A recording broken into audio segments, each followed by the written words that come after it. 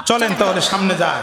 এবার যুবকেরা সিদ্ধান্ত নিল, দেখো এই মুহূর্তে যদি আমরা শাহাদাতকে বেছে নেই, আমরা নিতে পারবো, সেই ঈমান আমাদের আছে। আমরা আল্লাহ ছাড়া আর কাউকে রব বলে মানি না, মানবো না। আমাদের উন্মুক্ত মঞ্চে ঝুলিয়ে মারবে, শুলে চড়ে মারবে, আমাদের গোস্তগুলো কেটে ছিঁড়ে ফেলবে, অথবা রিমান্ডে নিয়ে আমাদেরকে ইলেকট্রিক শর্ট দেবে। এর বাইরে আর কিছু করতে পারবে না। এটা আমরা মেনে নিতে পারবো। কিন্তু গোপনে যারা ঈমান এনেছে তারা বড় ভীত সন্ত্রস্ত হয়ে যাবে, তারা বড় হতাশ হয়ে যাবে। ওর থেকে চলো আমরা আত্মগোপন করি। 7 জন যুবক রাত্রে রওনা দিছে, পিছনে পিছনে একটা কুকুর রওনা দিছে। কি রওনা দিছে? কুকুর রওনা দিছে। এবার যুবকেরা কুকুরটিকে তাড়ানোর জন্য প্রচন্ড চেষ্টা করতে যায়। সর, আরে তুই কোথায় আসিস রে ভাই? দাকিয়া নুসির জন্য বাঁচি না, আবার তুই পিছনে লাগিয়েছিস না, যা এখান থেকে। প্রচুর চেষ্টা করতেছে, স্বৈরাচারের জ্বালায় বাঁচি না, তারপরে আবার কুত্তার অত্যাচার, সর এখান থেকে। তারায় কুত্তা যায় না, প্রচন্ড ধিক্কার দেয় কুত্তাকে, কুত্তা যায় না। শেষ পর্যন্ত কুকুরের জবান খুলে গেল। কুকুর জবান খুলে বলে, রে আল্লাহর গোলামেরা, মন খারাপ করিও না, আমারে ধিক্কার দিও না, আমার প্রতি বিরক্ত হইও না। কুকুরের জবান আল্লাহ খুলে দিলেন। কুকুর ডাক দিয়ে বলল, শোনো, তোমরা যেখানে থাকো না কেন, আমার বাকি জীবনটা আমি তোমাদের পাহারায় নিয়োজিত রাখবো।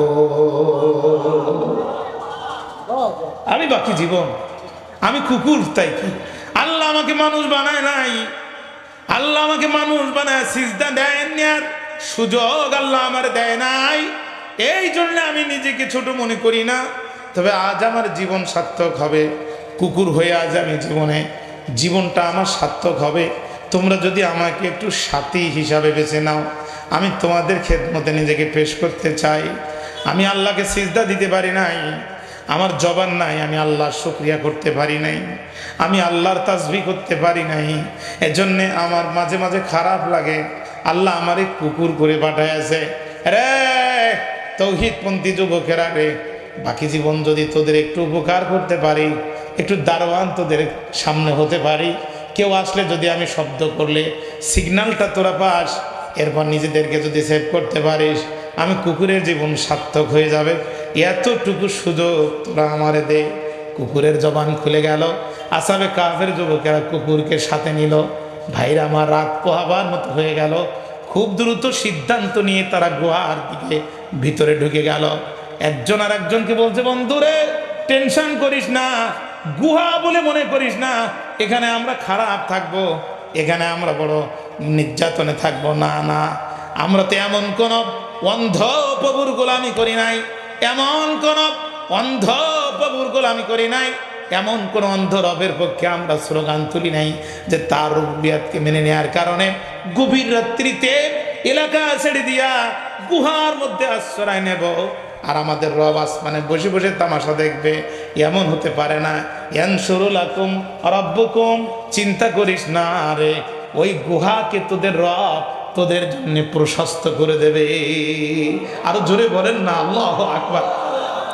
এই সিদ্ধান্ত গ্রহণ করে 7 জন যুবক, আমার ভাইয়েরা, 7 জন যুবক এই সিদ্ধান্ত নিয়ে গুহার মধ্যে ঢুকলো। যখন যুবকেরা 2টো হাত তুলে দিল, তখন কয়টা হাত? 2টা হাত যুবকেরা তুলে দিল, দিয়ে আল্লাহর কাছে দোয়া করতেছে, রব্বানা আতিনা মিন লাদুনকা রাহমাতাও ওয়া হাইয়্যি লানা মিন আমরিনা রশাদা। আরো জোরে বলেন আল্লাহু আকবার, আরো জোরে বলেন আল্লাহু আকবার। মুহূর্তের মধ্যে আমার আল্লাহ দোয়া কবুল করে নিল। রব্বানা, আয় আমাদের প্রতিপালক, আমরা তো তারা তোমার জন্য ব্যবসা ছেড়েছি, তোমার জন্য ঘর ছেড়েছি, আল্লাহ ঈমান ছাড়ি নাই, আল্লাহ ঈমান ছাড়ি নাই, আল্লাহ ঈমান ছাড়ি নাই। ক্রসফায়ারের শিকার হয়েছি, ঈমান ছাড়ি নাই। ঘর বাড়ি ছেড়েছি, আল্লাহ ঈমান ছাড়ি নাই। ব্যবসায় আগুন জ্বলেছে, আল্লাহ ঈমান ছাড়ি নাই। সন্তানকে ক্রসফায়ারে দিয়েছে, আল্লাহ ঈমান ছাড়ি নাই। শেষ পর্যন্ত আত্মরক্ষার জন্য কূপের মধ্যে আশ্রয় নিলাম। মিল্লাদুনকা রহমা, এখন তুমি রহমতের দরজা আমাদের জন্য খুলে দাও। ওয়া হাইয়িলানা মিন আমরিনা রাশাদা, আমাদের এই বিষয়ের যাবতীয় দায়িত্ব তোমার উপরে, তুমি এখন আমাদেরকে পথ দেখায় দাও। আল্লাহ কয়, ও আমার নবী মুহাম্মদ রাসূলুল্লাহ, আপনার সাহাবীদেরকে বলে দেন, পূর্বের ইমানদাররা গুহায় পর্যন্ত ঢুকেছে, ইমান বিক্রি করে দেয় নাই, জীবন বিক্রি করে দিয়েছে, ইমান বিক্রি করে দেয় নাই, সন্তান বিক্রি করে দিয়েছে, ইমান বিক্রি করে দেয় নাই, ব্যবসা বিক্রি করে দিয়েছে, ইমান বিক্রি করে দেয় নাই। ওরা যখন গুহার মধ্যে ঢুকে দুটো হাত তুলে আমার কাছে দোয়া করেছে, আমি কি করেছিলাম নবী আপনি জানেন? নিফা দরাবনা আলা আযানিহিম, বিরক্ত হয়ে যাচ্ছেন আপনারা, আমি বুঝতেছি। ফাদরাবনা আলা আযানিহিম ফিল কাহফি সিনিনা আদাদা, আমি ওদের কর্ণকুহুরের মধ্যে সিল মেরে দিলাম, পৃথিবীর কোনো আওয়াজ ওদের কানের মধ্যে পৌঁছালো না। দরাবাইয়াদের শব্দের সাথে আলা শব্দ যদি ব্যবহার হয় তখন কয়েকটা অর্থ, তাদের একটা অর্থ হচ্ছে তবলা বাজানো। কেউ কেউ বলেন আল্লাহ তার রহমতের হাত দিয়ে, কুদরতি হাত দিয়া ওদের কানের মধ্যে, ঘাড়ের মধ্যে থাবা দিয়ে দিয়ে 309 বছর ওদেরকে ঘুম পড়ায় রেখেছে। জোরে জোরে একবার বলেন আল্লাহু আকবার। আম হাসিবিতা আন্না আসহাবাল কাহাফ, নবী আপনি কি মনে করেন, দোয়া করে দিন, নবী আপনি কি মনে করেন এই আসহাবে কাফের ঘটনা, 309 বছর ঘুম পড়ায় রাখা, এটা কি আমি আল্লাহর কাছে বড় বিস্ময়কর? এটা কি আমার কাছে কোনো বিস্ময়কর যে আল্লাহ বিস্তীর্ণ এই মহা আকাশ খুঁটি ছাড়া দাঁড় করায় রাখতে পারে? একই টাইমে বাংলাদেশের আকাশে ঝড় বৃষ্টি, সেই টাইমে দুবাইয়ের আকাশে 43 ডিগ্রি সেলসিয়াস তাপমাত্রা, একই টাইমে আমেরিকার আকাশে টাইফুনের ঝড় হচ্ছে, একই আকাশ দিয়া বিচিত্র আবহাওয়া গোটা পৃথিবীতে যে আল্লাহ দিতে পারে, খুঁটিবিহীন মহাকাশ যে আল্লাহ ঝুলায় রাখতে পারে, আসহাবে কাহফের 7 জন যুবকদেরকে আল্লাহ তাআলা এই 309 বছর ঘুম পড়ানো, এটা কি খুব বিস্ময়কর ব্যাপার? খুব কষ্টের ব্যাপার আল্লাহর জন্য? একেবারেই কি বিস্ময়কর ব্যাপার? আবু বকর রাদিয়াল্লাহু তাআলা তার মৃত্যুর পূর্বে, আমি দুইটা কথা বলেই শেষ করে দিচ্ছি, আপনার বিরক্ত হচ্ছেন আমি বুঝতে পারছি। আবু বকর রাদিয়াল্লাহু তাআলা তার মৃত্যুর পূর্বে বলতে, শোনো, আমি মারা যাওয়ার পর, আমাকে গোসল করানোর পর, আমাকে কাফন পরানোর পর আমার লাশটা রাসূলের রওজার সামনে নিয়ে যাবা, যদি রওজার দরজা খুলে যায় তাহলে নবীর পাশে আমাকে দাফন করাই দিবা। ভাইরা, হযরত আবু বকরকে নিয়ে যখন রওজা শরীফের সামনে গেল, ঠাস করে রাসূলের রওজার দরজা নিজেই খুলে গেল। নবীজির রওজার ভিতর থেকে আওয়াজ আসতেছে, উদখুলুল হাবিবা ইলাল হাবিবি, আর দেরি করিস না, বন্ধুকে বন্ধুর পাশে এই মুহূর্তে শোয়ায় দেওয়ার ব্যবস্থা করে দে। আবু বকর রাদিয়াল্লাহু তাআলার সময় যদি এই ঘটনা ঘটতে পারে, তাহলে এই আসহাবে কাহফের যুবকদেরকে আমার আল্লাহ 309 বছর ঘুম পড়ায় রাখা আল্লাহর জন্য কি একেবারে বিস্ময়কর ব্যাপার? জোরে বলেন বিস্ময়কর ব্যাপার। হযরত ওমর মসজিদে নববীতে মদিনাতুল মুনাওয়ারায় জুমার খুতবায় বক্তৃতা করতেছেন, সেখান থেকে 1200 কিলোমিটার দূরে ইরাকে যুদ্ধ চলতেছে।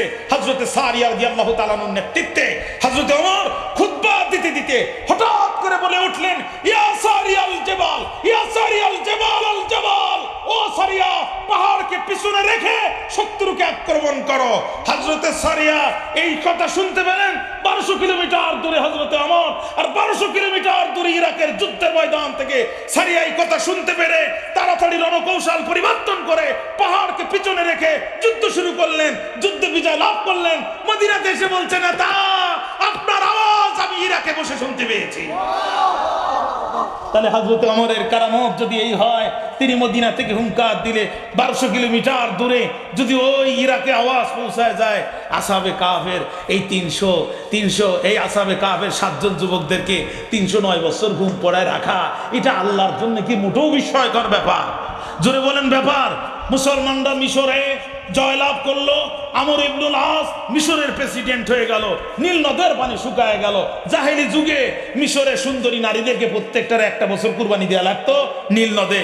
আমর ইবনুল আস ওমরকে চিঠি লিখলো, খলিফাতুল মুসলিমিন, নীল নদে পানি নাই, কৃষকদের জমিতে চাষ হচ্ছে না, মুসলমানরা কষ্ট পাচ্ছে, কি করব তাড়াতাড়ি জানান। হযরত ওমর চিঠি লিখে দিলেন, হে নীল নদ, যদি তুমি আল্লাহর হুকুমে চলো, এই মুহূর্তে পানি পানিতে ভরপুর হয়ে যাও, আর শয়তানের হুকুমে যদি চলো তোমার পানির দরকার নাই, আমাদের পানি দেবেন যিনি আসমান জমিনের সৃষ্টিকর্তা তিনি।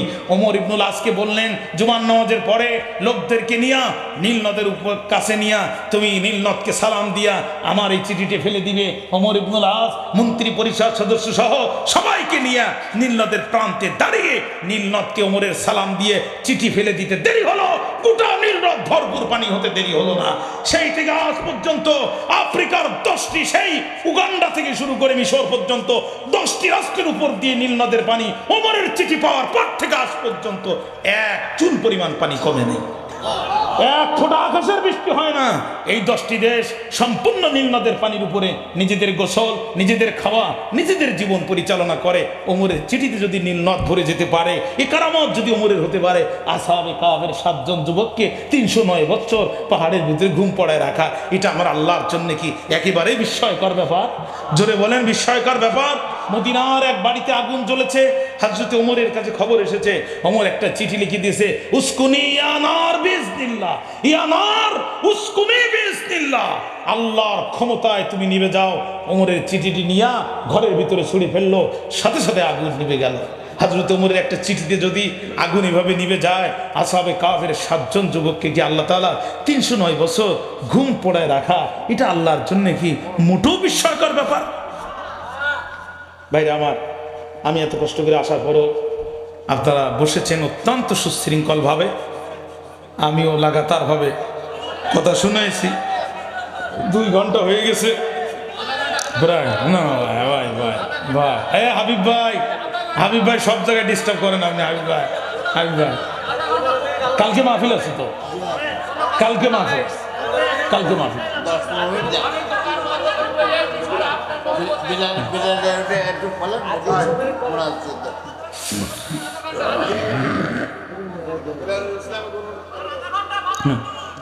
আমার ভাইরা, আপনাদের কষ্ট হচ্ছে আমি বুঝতেছি তো, মনে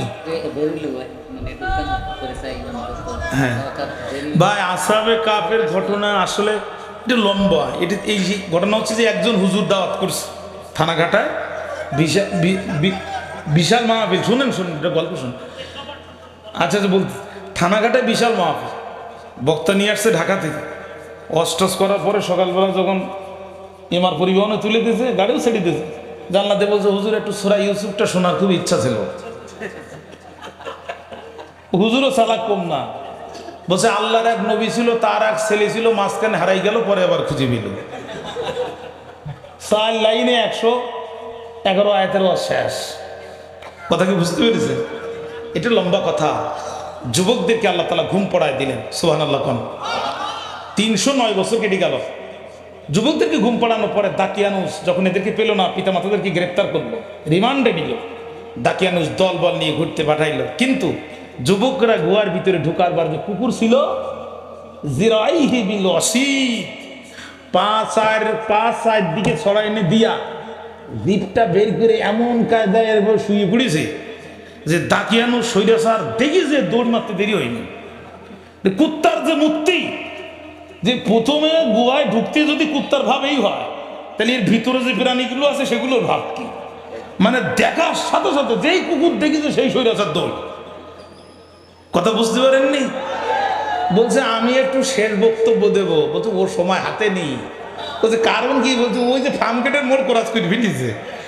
বলছে তাহলে একটু বাপের কবরটা জিয়ারত করতাম, কিন্তু ওখানে গেলে আর ফিরে আসতে হবে না, ওখানে শুয়ে পড়া লাগবে না। বলছে তাহলে এখন আমি কি করবো? বলে পিছনের দরজা খোলা, হেলিকপ্টারে উঠবো আর পালা। বলছে কোথায় যাবো? কয়েছে দাদাদের কথা শুনে আলেম মেরেছ, ওই দাদাদের কোলে হবে, মরে গেলেও জানাজা হবে না, উলুদ ধ্বনি দিয়ে শ্মশানে নিয়ে যাবে,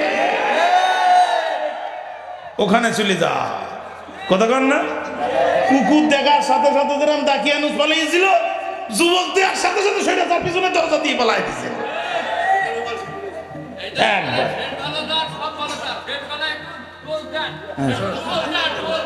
ভাইরা আমার, এদিক খেয়াল করেন, একটা আওয়াজ দেন তো, নারায়ে তাকবীর। এই যে আপনারা প্রথমে মোটে কথা বলতেছিলেন না, আর এখন যে গায়ে চোখ বুঝতেছেন তো বক্তা খুন করা লক্ষণ। এখন খেয়াল করেন ভাইরা, কুত্তা চারিদিকে হাত পা নাড়ায়া এমন কায়দায় শুয়ে পড়েছে, দাঁতটা বের করছে, জিপ টিপ সব বের করিয়া, মানে মূর্তিটা এমন, মানে মনে হচ্ছে যে কত বছর আগে মরে গেছে তার ঠিক নেই, কিন্তু মরেনি, ও তখনও দম নিচ্ছে। ওরা চিন্তা করলো শুরুতেই যদি এই কুকুরের এই অবস্থা হয়, তাহলে এর ভিতরে যদি হাতিয়ারটা এরকম করে থাকে, মানুষ তো হাত দুর্বল হয়ে যাবে। ওরা তাড়াতাড়ি পালালো। দাকিয়ানুস বললো, শোনো শোনো, এখানে এদের ছাড় দেওয়া যাবে না, গুহা আটকায় দাও। ওরা দম লেগে ভিতরে মারা লাগতো। গুহা যখন আটকায় দিচ্ছে, দাকিয়ানুসের সরিষার ভিতরে তো ভূত থাকে, ওর ভিতরেও একজন ইমানদার ছিল। সুবহানাল্লাহ বললেন না? দেখেন, বঙ্গবন্ধু মেডিকেল কলেজ হসপিটালে নিয়া একেবারে আইসিইউর ভিতরে ইন্টেনসিভ কেয়ারে সর্বোচ্চ নিরাপত্তায় সাইদি সাহেবের বিষ প্রয়োগ করতেছে, ওখানেও ইমানদার একজন আছে যে ভিডিও করে ছেড়ে দিয়েছে। সরিষার ভিতরে ভূত আছে না সব জায়গায়? এই দাকিয়ানুসের লোকের ভিতরে একজন ইমানদার ছিল। সে করলো কি, আসহাবে কাফের 7 জন যুবকের নাম সীসার উপরে লিখে একটা সিন্দুকের মুখে আটকায়া মুখের ভিতরে দিয়ে দিছে। 309 বছর অতিক্রম হয়ে গেছে, 3 বাচ্চা মারা গেছে। দাকিয়ানুস শেষ, মাঝখানে আরো 2-3টে স্বৈরাচারটা যা আসছিল এরাও শেষ। বর্তমান যে বাদশা তার নাম তন্দুরুস, কেউ বলছে বেদরুস, এক এক তাফসিরে এক এক নাম আসছে। উনিও বড় আল্লাহওয়ালা। ওনার আমলে কিয়ামত নিয়ে মানুষের ভিতরে সন্দেহ দেখা দিল যে মানুষ মরে গেছে, কবর খুললে মানুষের পাওয়া যায় না, আল্লাহ তাআলা কেমনেই মানুষকে আবার তুলবেন। এই নিয়ে যখন সন্দেহ দেখা দিল, আল্লাহর বান্দা রাতের পর রাত তাহাজ্জুদের বিছানায় আল্লাহকে বলছে, আল্লাহ এমন কিছু দেখায় দাও আমার দেশের লোক যেন ঈমান হারা না হয়। একটি লোক ছিল কৃষক, তাকে আল্লাহ তাআলা ইলহাম দিল তার সিনার ভিতরে যে এই গুহার যে সামনে যে গেটটা আটকানো, এইটা তুমি ভাঙ্গো, ভিতরে যে প্রশস্ত গুহা পাবা, তোমার ছাগল টাগল যা আছে এর ভিতরে রাখতে পারবা। ওইটা যখন ভাঙা শুরু করার জন্য হাতুড়ি পেটা শুরু করলো কর্মচারী নিয়া, 7 যুবকের ঘুম এই আঘাতে ভাঙা শুরু হয়ে গেল। ওরা ঘুম থেকে উঠলো, উঠে চোখ টোক ডলতে যাচ্ছে, দেখে শুধু ব্যথা লেগেছে। কেন? নখ দেখে 1 হাত লম্বা হয়ে গেছে। কি ব্যাপার, ঘুম পড়লাম নখ লম্বা কেন? মাথার চুল লম্বা, একজন একজনকে চিনতে পারতেছ না। একজন একজনকে দেখি, রে তুই তমালিকা না? একজনের নাম তমালিকা। তুই তমালিকা না? তো কেন দেখি বোঝা যায় না তোর মাথায় চুল কেমনে হইলো, আরে নখ কেমনে হইলো? আচ্ছা যাই হোক, ওসব গল্পবাদ। কাম লাবিস্তুম, কতক্ষণ ঘুমিয়েছ? ওরা বলছে লাবিস না ইয়াউমান আও বাদা ইয়াউমিন, একদিন ঘুমিয়েছি অথবা একদিনের অর্ধেক ঘুমিয়েছি। কেটে গেছে কত বছর? জোরে বলেন, কেটে গেছে কত বছর? এই নিয়ে এবার মারামারি বেঁধে গেছে। কেউ বলছে একদিন, কেউ বলছে না একদিনের একটু কম, কেউ বলছে না একদিনের বেশি। এই মারামারি থামানোর জন্য একজন তমালিকাকে বলছে, এই নাও মুদ্রা, সবাই 2 টাকা করে দাও, এই মুদ্রা নিয়ে বাজার থেকে খাবার নিয়ে আসো। খাবার নিয়ে যখন গেছে ঢাকায়, তখন দেখো ওভার ব্রিজে স্বৈরাচার ওভার ব্রিজ দিয়ে সব ভরপুর করে ফেলে, রাস্তা চিনতে পারছে না। 20 বছর আগে যারা মারা গেছে, ওদের যদি কবর থেকে তুলে সাতক্ষীরায় মোড়ে নেমে দেয়, ও বাড়ি চিনে যেতে পারবে? কথা বল না। ওরে যদি তুলে ঢাকায় ফার্ম গেটে ছেড়ে দেন, ওর সময় কি ওভার ব্রিজ ছিল, মেট্রো রেল ছিল, পদ্মা ব্রিজ ছিল? ও তো বাড়িয়ে চিনতে পারবে না। 309 বছর পরে এরা যখন গোয়া থেকে বেরিয়ে বাইরে ওভার ব্রিজ দেখিয়েছে, তখন বলছে কি আবার কোন জায়গায় আসলাম? কিন্তু আমাদের দেশ বলে মনে হয় না, আমাদের দেশে তো ওভার ব্রিজ ছিল না। ওরা তো মনে করতে যে একদিন, কিন্তু 309 বছর তো পার হয়ে গেছে। পরে ওরা এক দোকানে যে যখন মুদ্রা দিছে, দেখে মুদ্রা দাকিয়ানুসের আমলের মুদ্রা, আর যে দিছে তার নখ 1 হাত লম্বা, মাথার চুল লম্বা। ওরা জিন টিন মনে করে দোকানদারি ফেলি দিয়ে দৌড়, ইয়ে মাল কমতে আসলো। দিন দুপুরবেলা ব্যবসা করতে আসছি, জানে শান্তি নাই, ইয়ে আসলো কোন জায়গাতে? দৌড়। কিন্তু সবাই তার দৌড় মারে না, কিছু কিছু সাহসালা লোক, তো আবু সাইদের মতো লোক আছে না, কিছু বুক সেতিয়ে দেয়, বুক তো মিলিয়ে দেয়, কিছু লোক আছে না। কিছু যুবক এবার বলছে, দেখি তোমার হাতে কি, বলে জোর করে হাত ধরি ফেলছে তমালিকা। যদি হাতে টাকা নিয়ে দেখে দাকিয়ানুসের আমলের টাকা, তুমি তো তাহলে গুপ্ত মালের সন্ধান পেয়েছো, এ মাল কোন গুয়ার মধ্যে পেয়েছো? এইবার লোকজন সব ডাকাডাকি শুরু হয়েছে যে গুপ্তধন পাইছে। এই গুপ্তধন যেখানে পাইছে, ওখানে যাইতে পারলে কোটি কোটি গুপ্তধন স্বর্ণরূপ ওখানে আছে। এই যখন লোক এক জায়গায় হয়েছে, 2 জন ট্রাফিক পুলিশ, 2 জন ছিল ইমানদার গোপনে, সুবহানাল্লাহ। 2 ট্রাফিক পুলিশ, 2 জন যে এদের 2 জনকে ধরছে, ধরে বলতেছে চলো এখন বাচ্চার কাছে নিয়ে যাবো। আর এই তমালিকা মনে করতেছে তাহলে তো এখন দাকিয়ানুসের কাছে আমার নিয়ে যাবে, আমার কাজ শেষ, আজকে আমার ফাঁসি হবে। এখন জিকির আজগার করা শুরু করেছে, কান্নাকাটি করা শুরু করেছে। কিছুক্ষণ পর বলতেছে, কানতেছো কেন? করে দাকিয়ানুস মেরি বলে, ধরতারি দাকিয়ানুস বিদায় নিয়েছে 309 বছর আগে। কোন দাকিয়ানুসের কথা? এখন কে বলে? এখন তো বাচ্চা তন্দারুজ, সে ইমানদার, তোমার কিছু বলবে না। তুমি যে জিকির করো সে একই জিকির করে। সুবহানাল্লাহ বলতে মন চায় না? তুমি যে জিকির করো সে একই জিকির করে, টেনশন করো না, চলো। নিয়ে যাওয়া হলো। নিয়ে যাওয়ার পথে ও বলতেছে, দেখো আমি আসলে গুপ্তধনের সন্ধান পাইনি। আমরা সেই যুবক দাকিয়ানুসের আমলে তার জুলুমের শিকার হয়ে ইমান রক্ষার জন্য গোয়ার মধ্যে আশ্রয় নিয়েছিলাম। ঘুম পড়েছি রাত্রিবেলা, সকালবেলা উঠে কিনতে আসছি, এর মধ্যে বৃষ্টি হয়ে গেছে, আমরা টের পাইনি। আমরা আসলে কোনো গুপ্তধন পাইনি। বিশ্বাস নয়, গোয়ার মধ্যে চলো, আমি একা আইছি, আরও স্বজন আছে, কুকুরটাও বেশি আছে, বিশ্বাস নয় চলো। এবার এই গোয়েন্দা বিভাগের দুইজন পুলিশ তাদেরকে নিয়ে গোয়ার সামনে যেয়ে দাকিয়ানুস এই তন্দুরুসকে টেলিফোন করছে, স্যার তাড়াতাড়ি আসেন, খবর তো খুব ভালো খবর। মানুষ বলে কিয়ামত বিশ্বাস করে না, কিয়ামত থেকে ঘটে গেছে অলরেডি। বলছে কি হয়েছে? বলে আপনি আসেন গাড়ি নিয়ে তাড়াতাড়ি। বাচ্চা চলে গেল, যাওয়ার পর ঘটনা বর্ণনা করলো। হঠাৎ করে তাকিয়ে তাকে সিন্ধুক, ওই যে 7 জনের নাম লিখিয়া সিন্ধুকের মধ্যে ঢুকাইছিল, মনে আছে আপনাদের? হঠাৎ করে তাকে সিন্ধুক, সিন্ধুক ভাঙো। সিন্ধুক ভেঙে যখন সীসার ফলক বের করলো, এই 7 জনের নাম পাওয়া গেল। তমালিকাকে লাব্বাইক স্যার, অমুককে লাব্বাইক স্যার, এই বলে 7 জন হাজিরা দিল। বাচ্চা তখন আল্লাহর সিজদায় পড়ে গেল। মানুষজন অবাক হয়ে দেখলো, 309 বছর পরে ঘুম পাড়ানোর পরে যদি আল্লাহ জাগ্রত করতে পারে, অবশ্যই রুহু থেকে আল্লাহ মানুষকে জাগ্রত করে কিয়ামত সংঘটিত করবে। লা রাইবা ফিহি, তার মধ্যে কোনো সন্দেহ নাই। এইবার 7 জনের সাথে পরিচয় হলো, সবাই একসাথে দোয়া করলো। 7 জন যুবক ভিতরে চলে গেল। আল্লাহ পাক তাদেরকে, এখানে মুফাসসিরদের 2টা মত, কেউ কেউ বলছেন তারা ইন্তেকাল করলো, কেউ কেউ বলছে আল্লাহ তাআলা তাদেরকে আবার ঘুমিয়ে রেখেছেন। ঈসা আলাইহিস সালাম যখন আসবে তখন আবার তাদেরকে তুলবে, তারা ঈসা আলাইহিস সালামের হাতে বায়াত নিয়ে আমাদের নবীর উম্মত হয়ে ঈসা আলাইহিস সালামের সাথে কাজ করবে। এই হচ্ছে একদল মুফাসসিরদের গবেষণার ফলাফল। আর একজন মুফাসসিরদের গবেষণার ফলাফল না, আল্লাহ তাদেরকে নিয়ে গেছে। ওরা যখন ইন্তেকাল করলো বা আবার চলে গেল, বাচ্চা তখন ওদের প্রত্যেককেই হীরকখণ্ডের ভিতরে ওদের লাশ দাফন করার সিদ্ধান্ত নিল। কিন্তু বাচ্চা রাতে স্বপ্ন দেখলো না, আল্লাহ এটা নিষেধ করেছেন, বরং একটা মসজিদ নির্মাণ করার নির্দেশ বাচ্চার কাছে আসলো। বাচ্চা গুহার সামনে একটা মসজিদ নির্মাণ করলো। আল্লাহু আকবার বললেন না? ইমান বিক্রি করার কোনো সুযোগ? ব্যবসা বিক্রি করবেন, চাকরি বিক্রি করবেন, সন্তান দিয়ে দিবেন, কিন্তু ইমান, আল্লাহ আমাদের আমল করার তৌফিক। আল্লাহুম্মা আমিন। রব্বানা জালামনা আনফুসানা ওয়া ইন লাম তাগফির লানা ওয়া তারহামনা লানাকুনান্না মিনাল খাসিরিন। রব্বানা লা তুযিগ কুলুবানা বা'দা ইয হাদাইতানা ওয়া হাব লানা মিন লাদুনকা রাহমা ইন্নাকা আনতাল ওয়াহ্হাব। রব্বিরহামহুমা কামা রব্বায়ানি সগীরা। রব্বিরহামহুমা কামা রব্বায়ানি সগীরা।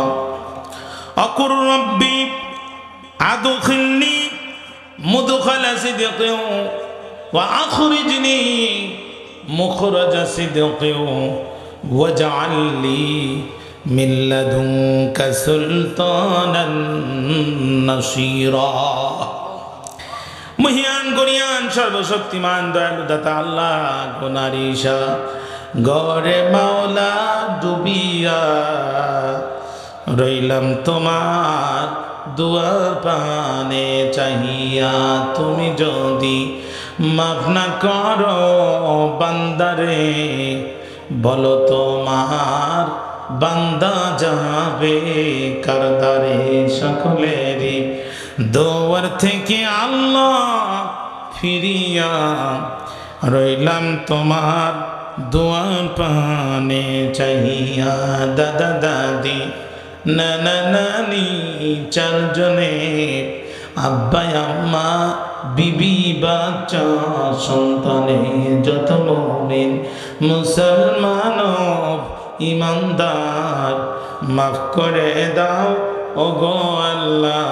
পরোয়ার আদর রিয়া মানুষ বানাইয়া কেমনে দিবা জাহান্নামে ফেলিয়া। রব্বে করিম, রাত যত গভীর হয়ে যায়, পৃথিবীর অফিস আদালত গুলো বন্ধ হয়ে যায়, তোমার আসমানের অফিস আর আদালত গুলো একটার পরে একটা খুলতে থাকে। অগদার আল্লাহ, অগমায়ের আল্লাহ, গভীর রাতে আমরা কতিপয় গুনাহগার তোমার দরবারে ভিক্ষুকের মতো দুটি হাত উত্তোলন করে দিয়েছি। আল্লাহ, আয় আল্লাহ, জগৎ বিখ্যাত তোমার বন্ধু মরহুম পীর সাহেব মাওলানা রুহুল আমিন রহমতুল্লাহ আলাইহির স্মরণে ঐতিহাসিক থানাঘাটার এই মাহফিলে প্রথম দিনের একেবারে সমাপনীতে তোমার দরবারে হাত তুলেছি। মাবুদ, মেহেরবানি করে আমাদের এই হাত দুইটা তুমি ফেরত দিও না গো আল্লাহ। তুমি ফেরত দিলে আমাদের যাওয়ার মতো আর কোনো জায়গা নাই। আল্লাহ, দয়া করে মায়া করে এই হাত দুখানা তুমি কবুল আর মঞ্জুর করে নাও। আয় আল্লাহ তাআলা, আমাদের তামাম জীবনের সমস্ত গুনাহগুলোকে তুমি মাফ করে দাও। আর রব্বুল আলামিন, খাস করে তোমার দরবারে দোয়া করি মাওলা, হাত যারা আমরা উঁচু করেছি, আয় আল্লাহ, আমাদের কারো বাবা নাই, কারোর মা নাই, পিতামাতা যাদের মাটির গহীন কবরের মধ্যে চলে গেল, আল্লাহ, পিতামাতার অন্ধকার কবর কি তুমি জান্নাতের বাগান বানায় দাও। রাব্বিরহামহুমা কামা রাব্বায়ানি সগীরা।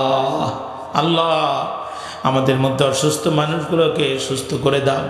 কন্যাদায়গ্রস্তদের কন্যাদায় থেকে মুক্ত করে দাও। ঋণগ্রস্তদের ঋণ থেকে মুক্ত করে দাও। অভাবীদের অভাব দূর করে দাও। খাদ্যহীনদের খাদ্য দিয়ে দাও। বিগত 17 বছরের জুলুমান নির্যাতনে যত ভাই জীবন দিয়েছে আল্লাহ, তাদের প্রত্যেককে শাহাদাতের মর্যাদা দান করে দাও। তাদের পরিবারকে আল্লাহ তুমি ধৈর্য ধারণ করার তৌফিক দিয়ে দাও। রব্বুল আলামিন, বিশেষ করে আজ এই মাহফিলের সভাপতি আলহাজ মুর্তাবা আলী গাজী, আয় আল্লাহ, দীর্ঘদিনের ঐতিহ্যবাহী এই মাহফিল আল্লাহ তুমি কবুল আর মঞ্জুর করো। আল্লাহ, আমার বন্ধু হাফিজ বুনোয়ার, শৈশবকাল তো কৈশোরকাল থেকে আমরা একসাথে আল্লাহ তাআলা এই জনপদের বিভিন্ন জায়গায় আমরা প্রোগ্রাম করি। রব্বুল আলামিন, গোটা বাংলাদেশে আয় আল্লাহ তাআলা তোমার রহমতে আমরা তোমার কোরআনের কথা বলি। আল্লাহ, মেহেরবানি করে আমাদেরকে কবুল আর মঞ্জুর করে নাও। আয় আল্লাহ তাআলা, খাস করে দোয়া করি এই সাতক্ষীরার গণমানুষের ওস্তাদ মুহাদ্দিস আব্দুল খালেক সাহেব হুজুর উমরাতে আছে। আয় আল্লাহ তাআলা, মেহেরবানি করে তার উমরাকে কবুল করে নাও। আগামীকাল শেখ আব্দুল হাই মোহাম্মদ সাইফুল্লাহ এবং মাওলানা মনোয়ার হোসেন মমিন দুইজন কথা রাখবেন। আল্লাহ, মেহেরবানি করে আগামীকালের প্রোগ্রামটা তুমি আবহাওয়াকে ভালো রেখে সুস্থভাবে হওয়ার তৌফিক এনায়েত করে দিও। রব্বুল আলামিন, খাস করে দোয়া করি আমাদের সম্মানিত চাচাজান,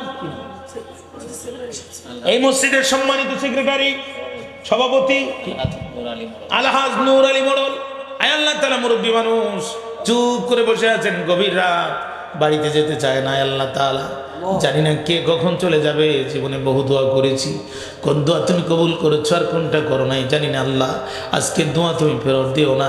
নূর আলী, আলহাজ নূর আলী সাহেবের আয় আল্লাহ তাআলা জীবনের সমস্ত গুনাহকে তুমি সওয়াবে পরিণত করে দাও। তার পরিবারের উপরে খাস রহমত নাজিল করে দাও।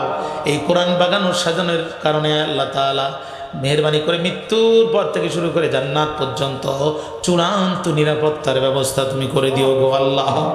রব্বুল আলামিন, তোমার দরবারে খাস করে দোয়া করি আজহারি দেশে ফিরে আসলো, আমির হামজা মুক্তি পেল, কোরআনের পাখি, কোরআনের বুলবুলি, কোরআনের ময়না, বিশ্ব বরেণ্য মুফাসসিরে কোরআন আমাদের মাঝে আর ফিরে আসলো না গো আল্লাহ।